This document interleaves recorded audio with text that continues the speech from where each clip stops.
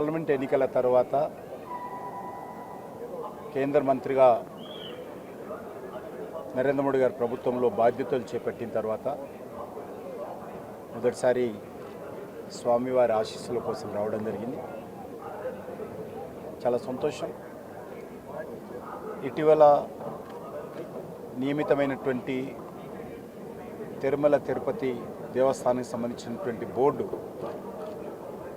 మొదటి సమావేశంలో కొన్ని సానుకూలమైనటువంటి అద్భుతమైనటువంటి నిర్ణయాలు తీసుకోవడం జరిగింది. నేను ముఖ్యంగా ఈ నిర్ణయాలు తీసుకున్నందుకు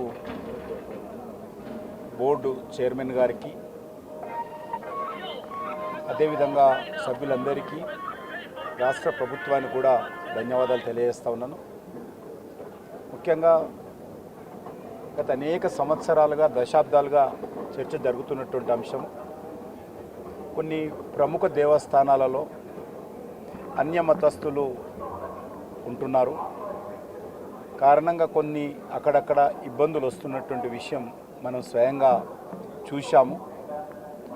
కాబట్టి ఈ నిర్ణయము అన్యమతస్థులు ముఖ్యంగా దేవాలయ పరిసర ప్రాంతాల్లో ఉండకుంటే చాలా బాగుంటుంది అనేటువంటి విషయము చాలా చర్చ జరిగింది. ఈరోజు తిరుమల తిరుపతి దేవస్థానానికి సంబంధించినటువంటి ట్రస్ట్ బోర్డు మొదటి సమావేశంలో అన్యమతస్థులు మరి ఉంటే వాళ్ళను వేరే ప్రాంతానికి పంపిస్తామనేటువంటి నిర్ణయం తీసుకోవడం ఏదైతే ఉన్నదో నేను చాలా సంతోషం వ్యక్తం చేస్తూ ఉన్నాను, హర్షం వ్యక్తం చేస్తూ ఉన్నాను, స్వాగతం పలుకుతూ ఉన్నాను. ఎక్కడైనా సరే ఏ మతమైనప్పటికీ కూడా వారి వారి మత విశ్వాసాలు ఉన్నటువంటి వాళ్ళే ఆ ప్రాంగణంలో పనిచేస్తే బాగుంటుంది అనేది నా అభిప్రాయం. అది ఏ మతమైనప్పటికీ ప్రధానంగా మన హిందూ దేవాలయాల్లో కూడా అనేక ప్రాంతాల్లో కూడా అన్యమతస్థులు రావడంతో కొన్ని మనస్పర్ధలు, అభిప్రాయ భేదాలు, విశ్వాసం లేకపోవడము, ఈ రకమైనటువంటి సంఘటనలు జరగడము ఎవరికి కూడా భావ్యం కాదు. కాబట్టి ముఖ్యంగా మన యొక్క హిందూ దేవాలయాలలో ఈ రకమైనటువంటి అన్యమతస్థులు ఉండడంతో అభిప్రాయ భేదాలు రావడము మరి జరుగుతున్నటువంటి విషయం మనకు తెలుసు. దీన్ని సానుకూలంగా నిర్ణయం తీసుకోవడము నేను మనస్ఫూర్తిగా స్వాగతం పలుకుతా ఉన్నాను. మరొక విషయము, ఇక్కడ తిరుమలలో ప్రత్యేకంగా రాజకీయపరమైనటువంటి ఉపన్యాసాలు కానీ, రాజకీయపరమైనటువంటి కార్యక్రమాలు కానీ, రాజకీయపరమైనటువంటి అభిప్రాయాలు కానీ వ్యక్తం చేయకుండా ఉండాలి అనేటువంటి నిర్ణయం కూడా ఈ సమావేశంలో తీసుకున్నారు. ఇది చాలా సంతోషము. వాళ్ళ మీద కేసులు పెడతామని చెప్పారు. ఒక కేసులతో పరిమితం కాకుండా ఆ రకంగా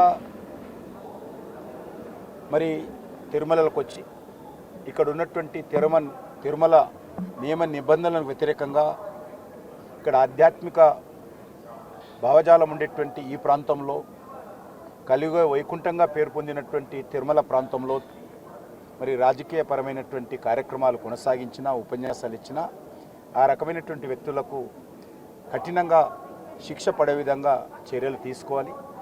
అవసరమైతే వాళ్ళకి ఏ రకమైనటువంటి భవిష్యత్తులో ఏ రకమైనటువంటి ప్రత్యేక దర్శనాలు లేకుండా కూడా చూడాల్సినటువంటి అవసరం ఉంది. అప్పుడే ఇక్కడ మరి ఆ రకమైనటువంటి రాజకీయపరమైనటువంటి కార్యక్రమాలకు బ్రేక్ అవుతుంది. అది కూడా తిరుమల తిరుపతి దేవస్థానం తీసుకోవాల్సిందిగా నేను మనస్ఫూర్తిగా కోరుతా ఉన్నాను. ఇక్కడ ఆధ్యాత్మికమైనటువంటి భావచింతన ఉండాలి, ఆధ్యాత్మికమైనటువంటి కార్యక్రమాలకే ప్రధానం ఉండాలి. అంతే తప్ప తిరుమల రాజకీయాలకు వేదిక కాకూడదని చెప్పి మరి ఏదైతే నిర్ణయం తీసుకున్నారో దాన్ని నేను మనస్ఫూర్తిగా స్వాగతం పలుకుతా ఉన్నాను. అదేవిధంగా మరికొన్ని నిర్ణయాలు కూడా తిరుమలకు సంబంధించినటువంటి నిర్ణయాలు తీసుకున్నారు. అది మరి ప్రసాదాల విషయంలో కావచ్చు, ఇక్కడ జరుగుతున్నటువంటి మరి ప్రత్యేక పూజల విషయంలో కావచ్చు, వాటన్నిటిని కూడా భవిష్యత్తులో ఇదే పట్టుదలతో మరి ముందుకు సాగాల్సిందిగా, ఇటీవల జరిగినటువంటి కొన్ని సంఘటనలు మన తిరుమల తిరుపతికే కాకుండా దేశమంతా, ప్రపంచమంతా హిందువుల హృదయాలలో బాధ కలిగిన విషయం మనకందరికీ తెలుసు. ఆ రకమైనటువంటి సంఘటనలు పునరావృతం కాకుండా మరి ఈ యొక్క తిరుమల యొక్క పవిత్రతను, కోట్లాది మంది యొక్క ప్రజల విశ్వాసాన్ని కాపాడాలని నేను ఈ సందర్భంగా కోరుకుంటున్నాను. సార్ అదేవిధంగా టూరిజం సంబంధించిన టికెట్లన్నీ అన్ని రాష్ట్రాలకు సంబంధించి తీసేశారు. దాని మీద మీ అభిప్రాయం? ఇంకా నేను డీటెయిల్గా తెలుసుకోవాలి. అక్కడ వచ్చినటువంటి దాని ప్రకారము కొన్ని టూరిజం టికెట్లు దుర్వినియోగం అవుతున్నటువంటి విషయం చెప్పడం జరిగింది. ఎందుకంటే తిరుమల పర్యాటక శాఖకు సంబంధించినటువంటి వాళ్ళు రారు. ఇక్కడ వచ్చేవాళ్ళు భక్తులు వస్తారు, ఆధ్యాత్మికమైనటువంటి వాళ్ళు వస్తారు. వాళ్లకు ప్రాధాన్యత ఇవ్వాలి తప్ప పర్యాటకులకు కాదు. తిరుమల పర్యాటక కేంద్రం కాదు. ఎప్పటికైనా కూడా ప్రత్యేకంగా హిందూ విశ్వాసం మీద, హిందూ దేవాలయాల మీద, హిందూ దేవతల మీద విశ్వాసం ఉన్నటువంటి వాళ్ళే రావాలి, కానీ పర్యాటకులు కాదు. అదే కాకుండా మరొకటి మంచి కార్యక్రమం ఏంటంటే తిరుమలలో ఉన్నటువంటి, తిరుపతిలో ఉన్నటువంటి ప్రజలకు మరి ఇక్కడ దర్శన సౌకర్యం కూడా కల్పించాలని నిర్ణయం తీసుకున్నారు. ఇది వాళ్ళ హక్కు. ఎందుకంటే అనేక సంవత్సరాలుగా సాంప్రదాయం ఉంది. ఆ సాంప్రదాయాన్ని పునరుద్ధరించడం కూడా తిరుమలకు సంబంధించినటువంటి భక్తులకు ప్రత్యేక దర్శనం ఇచ్చేటువంటి కార్యక్రమం ఏదైతే తీసుకున్నారో అది కూడా సానుకూలమైన నిర్ణయం అని చెప్పి నేను భావిస్తాను.